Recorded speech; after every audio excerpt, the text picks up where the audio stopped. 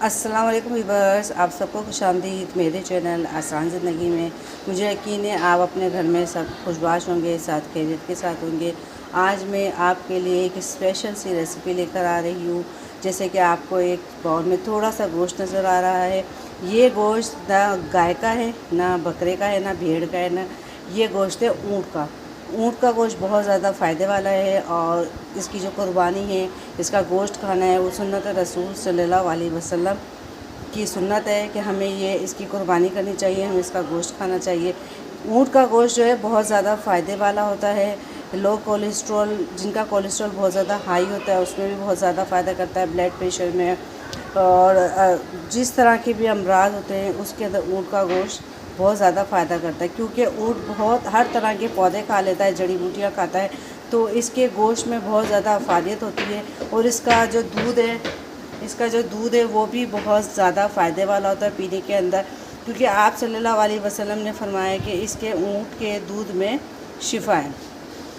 तो अगर आप लोगों को कहीं से ऊँट का गोश्त मिले या कुछ दे तो आप इनकार ना करें और उसको लाजमी खा लें और उसको बना के थोड़ा थोड़ा खाएं। तो अब मुझे चूँकि डॉक्टर ने गाय का गोश्त भी मना किया हुआ था, बकरे का गोश्त भी मना किया हुआ था, तो मगर हुआ कि ऊँट का गोश्त मैं खा सकती हूँ। तो ऊँट का गोश्त मुझे एक जगह से अच्छा खासा हमें मिला ईद के ऊपर, तो सारा मेरे लिए साइड पे रख दिया। अब मैंने उसकी 3-4 चीज़ें बनाई, मगर ईद का मौका था, मैं आपके साथ शेयर नहीं कर सकी। ये थोड़ा सा गोश्त बचा हुआ था, तो मैंने उससे निहारी भी बनाई, शामी कबाब भी बनाए, बिरयानी भी बनाई, बहुत कुछ बनाया। तो मैंने सोचा इससे मैं बना रही हूँ टिक्के। तो मैंने सोचा आपके साथ मैं ये रेसिपी शेयर करूँ कि मैं किस तरीके से बना रही हूँ। और ये थोड़ा सा गोश्त होता है नमकीन।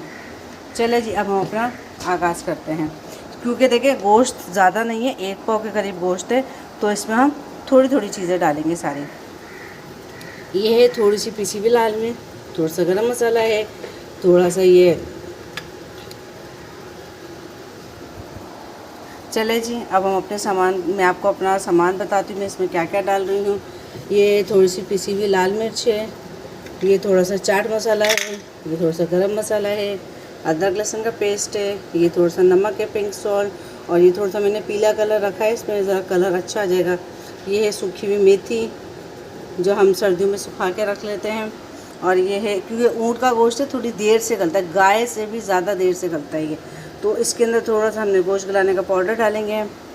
और ये थोड़ा सा ना सिक्का तीख बोटी का जो मसाला होता है ना, उसको अच्छा सा फ्लेवर देने के लिए थोड़ा सा मैंने ये लिया है। और ये 2 चमचे है दही। अब हम ये सारी चीज़ में ऐड करेंगे। ये देखें,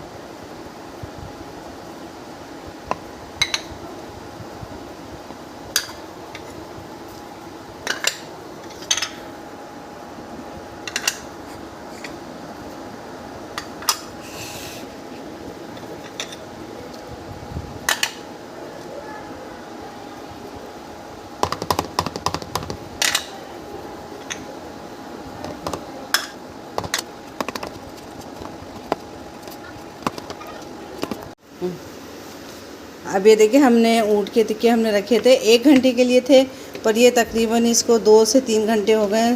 गोश्त इसका बहुत ज़्यादा सॉफ्ट हो गया है।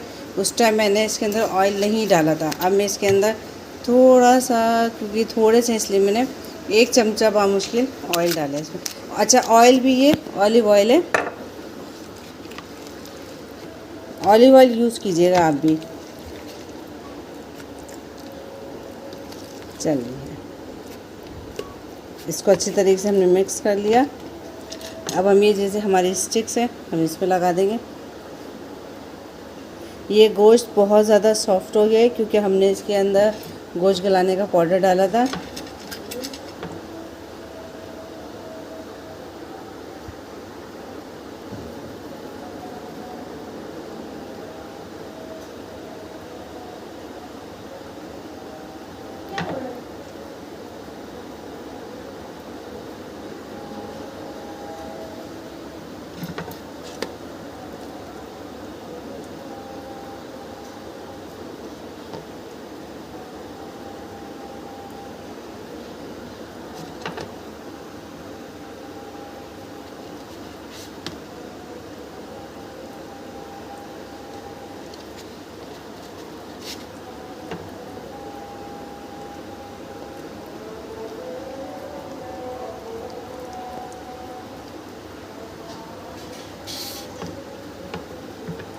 अब ये देखिए ये हमारी सारी स्टिक्स तैयार हो गई हैं।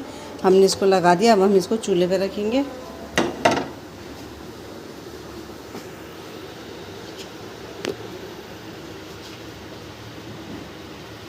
और हम इसको कवर कर देंगे और उसको हम बिल्कुल धीमी आंच पे कर देंगे, दम की आंच पे, ताकि ये 10 से 15 मिनट में इंशाल्लाह रेडी हो जाएंगी। इसको हल्की आंच पे रखा है। 15 मिनट के बाद मैं इसको चेक करूँगी। अब देखिए ये अच्छे तरीके से मैंने मिक्स कर लिया है। अच्छा, मैंने उसी बाउल में मिक्स किया जिसके अंदर हमें रखना है अभी एक तो। अब हम इसको ढक के 1 घंटे के लिए कम से कम फ्रिज में रख देंगे। उसके बाद हम इसको, आप चाहें तो सीखों में बनाएं, आप चाहें तो इसको भगोने में बनाएं, आपका जिसमें आपके पास सेटिंग हो आप उसके अंदर बनाएं। अच्छा, मैं अब इसको 10 मिनट हो गए, हम इसको चेक करते हैं। अब देखिए जी पानी इसका बिल्कुल खुश्क हो गया है। अब हम इसको पलटते हैं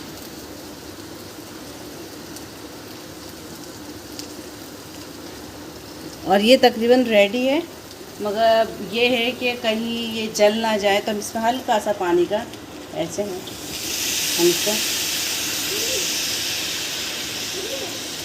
मैंने इसमें 2-3 चमचों के करीब पानी डाला है और इसको फिर मैंने 5 मिनट के लिए रख दिया दम वाली आंच पर, ताकि ये अच्छे तरीके से बिल्कुल रेडी हो जाए, टेंडर हो जाए।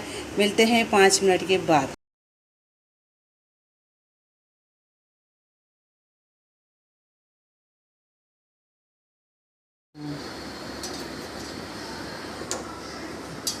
हमारे टिक्के रेडी हो गए हैं। अब हम इसके अंदर देंगे धुनी मज़ेदार सी। ये देखिए हमारे क्या खूबसूरत से मज़ेदार से टिक्के तैयार हो गए हैं। ढक्कन था और ये इस पे फ़ौरन आप ढक्कन लगा देंगे। ढक्कन लगा। हाँ, अब इसको हम 10 मिनट के लिए दम पे छोड़ देंगे कि सारी जो इसकी कोयलों की खुशबू है इसके अंदर बैठ जाए और ऐसा है जैसे हमने बारबेक्यू किया है। मिलते हैं 10 मिनट के बाद। अब ये हमारे टिक्के पूरे रेडी हो गए हैं। बहुत मज़ेदार टिक्के बने हैं। अच्छा, इनका जायका तो तकरीबन गोश्त की तरह ही होता है, जिस तरह से गाय का या बकरी का गोश्त होता है, पर ये थोड़ा सा नमकीन ज़्यादा होता है। तो अब कोई सोचेगा ऊँट का गोश्त है कैसे खाएं, ज़रूर खाएं। सुन्नत नबी सल्लल्लाहु अलैहि वसल्लम है कि ऊँट का गोश्त खाना चाहिए और इसके दूध में भी बहुत ज़्यादा शिफा है। तो मुझे यकीन है आपको मेरी आज की रेसिपी ज़रूर पसंद आई होगी। अगर मेरी रेसिपी पसंद आए तो उसको लाइक करें, शेयर करें और मेरे चैनल पर नए हैं तो मेरे चैनल को सब्सक्राइब कर दें। आइंदा मिलेंगे कोई और अच्छी सी न्यू वीडियो लेकर आऊँगी आपके लिए।